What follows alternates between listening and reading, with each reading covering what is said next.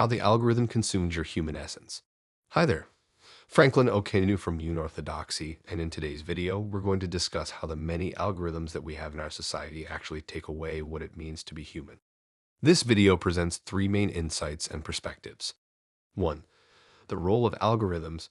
The video highlights the role of algorithms in our lives, discussing both their benefits in making recommendations and their potential pitfalls in making suggestions that can influence our actions. 2. The importance of mindfulness. The video underscores the importance of being mindful when using technology. It suggests setting goals and thinking ahead of time about what we want to use technology for, rather than mindlessly following algorithmic suggestions. 3. The goal of efficient technology use. The video presents an ultimate goal of using technology so efficiently that we can complete a day's work in just a few hours, leaving more time for human interactions and enjoyment. Listen, if we don't use this, if we're not aware of this, if we don't understand this, this will use us. Unorthodoxy is a reader-supported publication. To receive new posts and support my work, consider becoming a free or paid subscriber. Introduction. In the early 2000s, the world was captivated by the dot-com boom, a period of rapid growth and speculation in the internet sector. Today, as I wrote about earlier this week, we stand on the precipice of a new technological revolution. The age of advanced computing, or as it's more commonly known, artificial intelligence, AI. AI is, at its core, a language model. That's it. However, it's the next step in our technological evolution, a tool that promises to reshape our world as profoundly as the internet did 2 decades ago. But like any tool, its value is determined by how we use it. For those willing to embrace this new era, the potential benefits are immense. AI offers us the chance to become more useful, more effective, and more productive. It provides us with the tools to set ambitious goals and change our world for the better. But this is not a blind endorsement of AI. We must also acknowledge the potential negative effects that come with it. However, to truly see this, we must first take a look at our surroundings and realize that we currently live in an algorithmic world, interacting with multiple algorithms on a daily basis, often without realizing just how pervasive they become. This is the brave new world that has been set before us. The ubiquity of technology. How much technology do we use in a day? It's a question that is seldom asked, yet it holds significant implications. Our world has become so integrated with technology that it's almost a byproduct of our daily lives. We wake up, and within minutes, we're on a technological device. We go to work, and more often than not, our work involves a technological device. We communicate with friends and family through technological devices, and I've talked about the dangers of all this technology on our human bodies and experiences in articles such as Deep Fakes and Our Ocular-Centric Society. In my previous article, Life Without Cell Phones, I gleaned some insights from individuals who lived before the 2000s, a time when technology hadn't yet consumed our lives. People could enjoy life with other humans, unencumbered by the constant pull of digital devices. The advent of technology was supposed to make our lives easier, freeing us from mundane tasks and giving us more time to engage with other humans and enjoy the essence of life. This idea aligns with the 7 pillars of life that I've discussed in numerous articles. However, the reality has been different. As I discuss in my podcast, To AI or Not AI, we've been given this amazing gift known as technology. But this gift is so advanced that we often don't know how to use it appropriately. Unbeknownst to us, it's crept into every area of our lives, interfacing and interacting in ways we're not always aware of. Here is where we need to have a conversation about algorithms. These algorithms, which underpin much of the technology we use, consume massive amounts of data about human life and its interactions.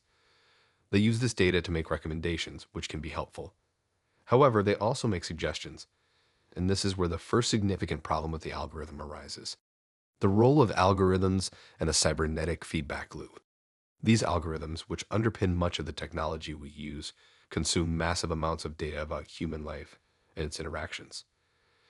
They use this data to make recommendations, which can be helpful. However, they also make suggestions, and this is where the first significant problem with the algorithm arises. This suggestion is very reminiscent of the term cybernetics, where we now have a feedback loop, or, if you're feeling very conspiratorial, a control loop. As we use these technologies, what happens is that oftentimes, since we're not aware of this negative aspect of these devices, these technologies, in turn, end up using us. One of the most striking images I've seen comes from the Netflix documentary The Social Dilemma, which discusses the dangers of social media and technology. There's a graph that shows how the human brain has changed and how much technology has changed in that same period. In short, we're essentially dealing with weapons of mass advancements that we've never been trained on, nor may necessarily be ready for. This scenario isn't negative, it's only a problem for us to be aware of. As Matt Taibbi discussed in his article, Maintain Your Brain, research shows that when you use social media, particularly TikTok, your brain turns into a binary state, to watch or decide. That's all you're doing, watching a video or deciding what to do about it. And this is not just a TikTok problem. We have to be mindful that this is simply an algorithm problem. For example, how many of us have gone down Substack rabbit holes? How many of us have gone down YouTube rabbit holes? Again, I'm not saying these are negatives, just dangers to be mindful of. There is an algorithm here, and as we talk about AI, what we are about to see is advanced computing that can capture a lot of information for its users and produce outputs that the user can then take. However, the one thing that we need to be mindful of is that, as a user, you still need to think. You don't want to let the computer or the algorithm think for you. When we start to lose that aspect of reality, the ability to think for ourselves, it is at this point that we can say that the algorithm has consumed our human essence. This future is the danger of AI and algorithms, and this is what we need to be mindful of. The challenge of technology and the ultimate goal. With all that being said, technology and AI aren't going anywhere. They are set to be the next phase of the human story. We should not be scared of them, but we should seek to learn about them and use them to our advantage. I challenge myself and every user to understand these technologies so we can use them to liberate ourselves. I had the privilege of talking to an individual earlier this week, a person well versed in AI.